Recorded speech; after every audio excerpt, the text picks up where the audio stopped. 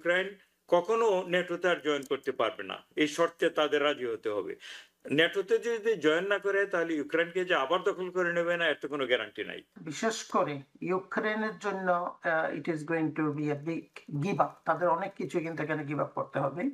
দেখুন এই যে তৎপরতা চলছে এটা পুতিনের কাছে যতটা না হেরে যাওয়া তার ইয়ের কাছে ডিপ্লোমেসির কাছে তার থেকেও বড় কথা এটা অলরেডি পুতিনের শক্তিমত্তার কাছে কিন্তু হেরে গিয়েছে। 19 দফার ভিতরে nothing actually in favour of Ukraine.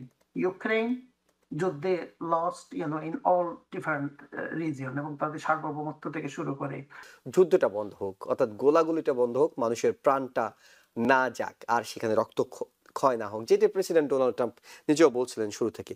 তবে এখনকার যে কর্মব্যস্ততা কিংবা যে কার্যক্রমগুলো সেগুলো দেখে কি আপনার কাছে মনে হচ্ছে একটা সমাধান আসতে যাচ্ছে কিংবা দ্রুত অবস্থার পরিবর্তন হবে? ধন্যবাদ। দর্শক শ্রোতা সবাইকে শুভেচ্ছা এবং আমার কো প্যানালিস্ট শ্রদ্ধেয় ডক্টর খালেকুজ্জামানকেও অনেক শুভেচ্ছা। তো আসলে দেখুন, প্রশ্নটা এখন সবাই কিন্তু বিশেষ করে দুই পক্ষ যুদ্ধ করে তারাও তো ক্লান্ত হয়ে গিয়েছেন স্বাভাবিকভাবে। বিশেষ করে আপনার ইউক্রেইনের সিচুয়েশন অর্থনৈতিকভাবে বা ক্যাজুয়ালিটিস ইন অল রেসপেক্ট আর কি। এবং রাশিয়ারও definitely it's a big economic the situation for them as well, though actually আমরা জানি তাদের অল্টারনেটিভ বিকল্প অর্থনৈতিক ব্যবস্থা অনেক কিছু আছেন। এখন দেখুন 28 দফা থেকে 19 দফায় নেমে আসা কন্ডিশন গুলো আর কি একটার পর একটা দিয়েছেন যেটা, কিন্তু আমার কাছে মনে হচ্ছে এটা বিশেষ করে ইউক্রেনের জন্য it is going to be a big give up. তাদের অনেক কিছু কিন্তু এখানে গিভ আপ করতে হবে। আমি বিশেষ করে পত্রপত্রিকায় যেটা দেখলাম যে সাউথ ইস্টার্ন পার্টটা বিশেষ করে almost বোধহয় 20% of the land mass they are claiming Russia বিশেষ করে আর কি। এবং এখানে এইটাই বলা হচ্ছে, এই ম্যাপটাই দেখানো হচ্ছে বিশেষ করে আপনার লুহান্স্ক, ডনেস্ক, জাপোরিজ্জা, খারসন, ক্রাইমিয়া পর্যন্ত একেবারে মানে অনেকটা ল্যান্ডলক করে দেওয়ার মতো, অনেকটা ওডেসা পর্যন্ত যাওয়ার কথা, অর্থাৎ ব্ল্যাক সি এরিয়াটাকে আমি বলছি যেটা আর কি। তো এখন যেটা সবাই চাচ্ছে যুদ্ধটা থেমে যাক, হ্যাঁ, এবং আরো অন্যান্য কন্ডিশন আমরা যতটুকু জেনেছি যে ন্যাটোতে তারা যাতে ইন্টারেস্ট না করে, তাদের সৈন্য সংখ্যা কমাতে হবে, তারা সামরিকভাবে যাতে কোনো সময় আরো বেশি কোনো কিছুতে যাতে তারা মানে তৎপর না হয় বা আরো কোনো কিছুতে যাতে মনোনিবেশ না করে। অল দিস এটা বলা হচ্ছে যে অনেকটা যে আমরা যেভাবে বলছি সেভাবে তোমাকে মানতে হবে।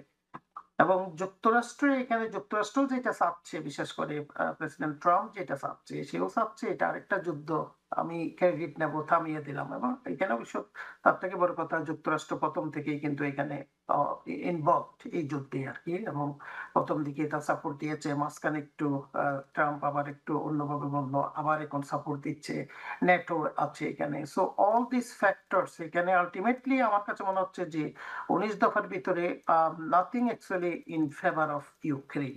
ইউক্রেন যুদ্ধে lost in all different region এবং তাদের সার্বভৌমত্ব থেকে শুরু করে তাদের যে ভৌগোলিক যে যে তাদের যে ভূমি যে লস করা, it's all against actually Ukraine. কিন্তু at the end of the day আমি যেটা বলছি আজকে, যেটা আলটিমেটলি তারাও চায় না এই যুদ্ধ 4 বছর হয়ে গেল, how they are going to actually support it without United States and NATO. United States যেহেতু এখানে ইনভলভ, রাশিয়ার সাথে কাজ করছেন, এবং ইউনাইটেড স্টেটস এখানে যদি জেলেনস্কি এবং তার সরকার যদি এটা অ্যাকসেপ্ট না করে, United States is going to take a big U turn, যেটা কোনো মতেই কিন্তু সম্ভব হবে না। এখানে কিছু কিছু কথা তাদেরকে আশ্বাস দেওয়া হচ্ছে যে হ্যাঁ, তাদেরকে ভবিষ্যতে কোনো ধরনের কোনো হস্তক্ষেপ যদি রাশিয়া আবার করেন, আপনি দেখুন এর ভিতরে কিন্তু কথা চলাচল হচ্ছে, এর ভিতরে এই যে 21 পয়েন্ট কি বলে 19 পয়েন্ট এখন আসছে 28 পয়েন্ট থেকে, এর ভিতরে কিন্তু অ্যাটাক চলছে already. All kinds of things still happening. যদিও বলছে অনেকে বোথ সাইডস ওরাও করছে এরাও করছে, কিন্তু আমরা জানি রাশিয়ার কাছে তো ইউক্রেন কিছুই না। So this is a kind of situation. আমি গত অনুষ্ঠানেও বলেছিলাম এটা আর কি, যে ultimately this is what is going you are going to get, nothing. So এখানে ওদের কোনো ধরনের কোনো চয়েস তো আমি দেখছি না। বেশ করে তারা তো ইউক্রেনকে তো অনেকটা ইনভলভই করে নেই এখানে। এখানে রাশিয়ার সাথে তারা সরাসরি কথা বলছে, ইউনাইটেড স্টেটস এর যে ট্রাম্পের যে মুখপাত্র। তো উইদাউট ইনভলভিং ইউক্রেনকে জাস্ট বলা হচ্ছে this is what the prescription that you have to follow. And nothing, is for them, Ukraine. So ultimately, lots of give up, as I said that, including তাদের যে সার্বভৌমত্ব এবং ভূমি এবং আমার তো মনে হয় না এতে কোনো ভবিষ্যৎ একটা assurance যে they are not going to be invaded by Russia again. যদিও বা আমরা জানি টুইটাতে বলা হচ্ছে যে এই যুদ্ধ যদি সিচুয়েশন হয় তাহলে America is going to stand for Ukraine. So that's where we are now. I think detail আমি জানি না এখনো 19টা পয়েন্ট এমন কোন কোন পয়েন্ট আছে কিন্তু বিভিন্ন সূত্রে যেটা জানা যাচ্ছে যে these are the points actually the main things that that one can actually see and look at this the agreement. ঠিক অনেকগুলো যদি কিন্তু সমীকরণ মিলিয়ে প্রফেসর ডক্টর গোলাম মাতবর একটা বিশ্লেষণ দিলেন। প্রফেসর ডক্টর এম খালেকুজ্জামান, আপনার কাছে অনেকটা কাছাকাছি প্রশ্ন নিয়ে শুরু করি। সেটি হলো, আপনার কাছে কি মনে হয় যে তৎপরতাগুলো চলছে, এই তৎপরতাগুলো লোক দেখানো কিংবা এই তৎপরতাগুলো শেষ পর্যন্ত পুতিনের কৌশলের কাছে হেরে যেতে পারে, কিংবা এই তৎপরতাগুলো থেকে আসলে একটা ইতিবাচক ফল আসতে যাচ্ছে? জি, ধন্যবাদ। দেখুন, এই যে তৎপরতা চলছে, এটা পুতিনের কাছে যতটা না হেরে যাওয়া তার কাছে, ডিপ্লোমেসির কাছে, তার থেকে বড় কথা এটা অলরেডি পুতিনের শক্তিমত্তার কাছে কিন্তু হেরে গিয়েছে। পুতিনের শক্তিমত্তার কাছে হেরে গিয়েই আমেরিকা যে প্রপোজালটা করেছে 28 পয়েন্টে, এটা তো আপনি পড়লে দেখবেন টোটালি যেন রাশিয়া লিখে দিয়েছে। 28টা পয়েন্টের মধ্যে যেসব জিনিস এসছে, এগুলি যে ইউক্রেনের মিত্র শক্তি হিসেবে আমেরিকা এটা তৈরি করেছে, এটা পড়লে আপনার মনেই হবে না। এর মধ্যে প্রধান ব্যাপারগুলি মাতবরভাবে বলেছে, আমি খুবই সংক্ষিপ্তভাবে বলি। মোটা দাগে যে জিনিসগুলো স্টিকিং পয়েন্ট, সেটা হচ্ছে যে ইউক্রেনকে 20% তার দেশের 20% অংশ ছেড়ে দিতে হবে। 20%টা কত জায়গায়, এটা একটু পার্সপেক্টিভের জন্য বলি আমাদের দর্শকদের জন্য। ইউক্রেনের সাইজটা হচ্ছে মোরলেস টেক্সাসের সমান, আমেরিকার টেক্সাসের সমান, এবং যে জায়গাটা রাশিয়া বর্তমানে দখল করে রেখেছে সেটা ছেড়ে দিতে হবে, সেটার পরিমাণ হচ্ছে পেনসিলভেনিয়ার সমান। তো পেনসিলভেনিয়ার সমান একটা জায়গা ইউক্রেনকে ছেড়ে দিতে হবে তার ভূখণ্ড থেকে। তার থেকে বড় কথা হচ্ছে বর্তমানে রাশিয়ার দখলে যেসব জায়গা রয়েছে তার বাইরে গিয়েও কিছু কিছু জায়গা যেগুলিতে রাশিয়ার কিছু কর্তৃত্ব আছে, আসা যাওয়া করে আর কি, তারা পুরো দখল করে নেয়নি, সেইটাও বলছে যে তাদেরকে রাশিয়াকে দিয়ে দিতে হবে। এটা হচ্ছে, বুঝতেই পারছেন এখানে ইউক্রেনের তেমন কিছু পাওয়ারই নেই ব্যাপারটা। দুই নম্বর ব্যাপারটা হচ্ছে ইউক্রেন কখনো নেটোতে আর জয়েন করতে পারবে না, এই শর্তে তাদের রাজি হতে হবে। নেটোতে যদি জয়েন না করে তাহলে ইউক্রেনকে যে আবার দখল করে নেবে না, এর তো কোনো গ্যারান্টি নাই, তাই না? 3 নম্বর হচ্ছে ওদেরকে বলছে তোমরা ইউরোপিয়ান ইউনিয়নে জয়েন করতে পারো কিন্তু নেটোতে জয়েন করতে পারবো না। 4 নম্বর ব্যাপারটা হচ্ছে সিকিউরিটি গ্যারান্টি, যে তাদের কি হবে। সেখানে বলছে যে ইউক্রেন কে সিকিউরিটি দিবে হচ্ছে নেটো না, এখানে সিকিউরিটি দিবে পোল্যান্ড, এস্তোনিয়া, লাতভিয়া, এইসব কয়েকটা দেশ তাদের নিজস্ব সোলজার দিয়ে ইউক্রেনকে তারা সিকিউরিটি দিবে। অর্থাৎ এটা ফ্রান্স যদি ব্রিটেন হয় নয়, তাহলে ফ্রান্স ব্রিটেনও নয়, নেটো তো নয়, ফ্রান্স ব্রিটেনের মতো নেটোতে দেশও নয়, নয়, নেটোতে পোল্যান্ড, নয়, বড় এস্তোনিয়ার দেশ মতো দেশ সিকিউরিটি ফ্রান্স, দেবে। ব্রিটেন, জার্মানিও না। হুম, যেসব দেশের নাম আসছে এগুলি রাশিয়ার কাছে 1 2 3, রাইট। এগুলিকে খেলনা ফুৎকারে পিস্তল উড়িয়ে দিয়ে দাও। হয়তো উড়িয়ে দেওয়া যাবে। জি, কিন্তু এখানে আপনি যেটা বললেন 28 পয়েন্টে ছিল এইসব ব্যাপার, 19 পয়েন্টে যেটা আসছে এটা হচ্ছে এবং ইউক্রেনের আরেকটা বিষয়, সম্ভবত আরেকটা বিষয়, যেহেতু নিরাপত্তার বিষয়টা আপনি বলছিলেন, সেইখানে সত্য বেঁধে দেওয়া হয়েছে যে ইউক্রেনের সৈন্য সংখ্যা কখনো 600,000-এর বেশি হতে পারবে না।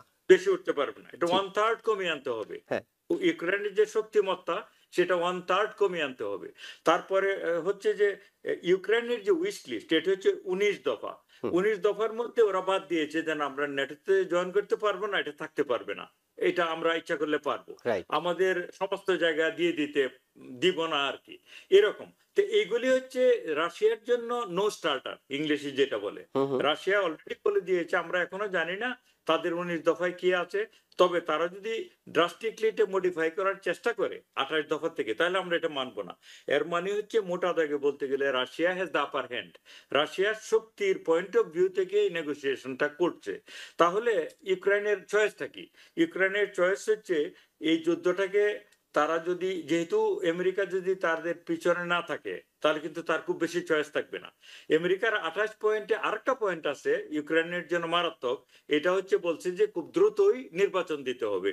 নির্বাচন দেওয়া মানে আমেরিকা চাচ্ছে যে জেলেনস্কিকে এখান থেকে সরিয়ে দেওয়া হোক, কারণ জেলেনস্কির পপুলারিটিও কমে গেছে, প্লাস হচ্ছে জেলেনস্কিকে ট্রাম্প আর ততটা পছন্দ করছেন। এটা তো ইভেন আপনারা পুতিন অনেক পছন্দ করেন না, কপিটে। পুতিন সবসময় তাকে অবৈধ প্রেসিডেন্ট, অবৈধ নেতা এইসব বলে থাকেন। এটা পুতিনেরও বলে একটি থাকেন, শর্ত, তাতে বড় মনে শর্ত হচ্ছে এটি।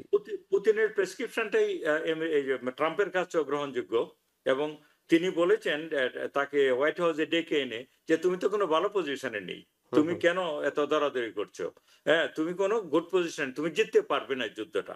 সুতরাং পুতিনের পক্ষ হয়ে অ্যাজ ইফ ট্রাম্প এই সমস্ত ব্যবস্থাপনা করে দিচ্ছে।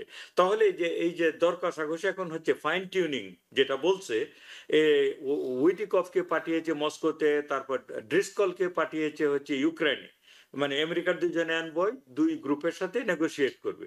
নেগোশিয়েট যতই করুক, বস তো হচ্ছে ট্রাম্প। ট্রাম্পকে যদি ট্রাম্প যদি কনভিন্স না হয় যে রাশিয়া যেসব পয়েন্টে মানবে না সেগুলি আমি এখানে ঢোকাবো, তাহলে তো রাশিয়া মানবে না সিজ ফায়ারটা। তো যেটা দাঁড়াচ্ছে যে এটা রাশিয়ার জন্য যুদ্ধটা এখন বন্ধ করা উচিত, কিছুটা ছাড় দিয়ে হলেও, কারণ ট্রাম্প হচ্ছে অনেকটাই মাথা গরম টাইপের লোক। সে যদি এই নেগোসিয়েশন থেকে বেরিয়ে আসে তাহলে কিন্তু রাশিয়ারও অনেক হারানোর থাকবে এখানে। নিউ ইয়র্ক থেকে সম্প্রচারিত TVN 24 টেলিভিশন বিশ্বজুড়ে বাঙালির কণ্ঠস্বর।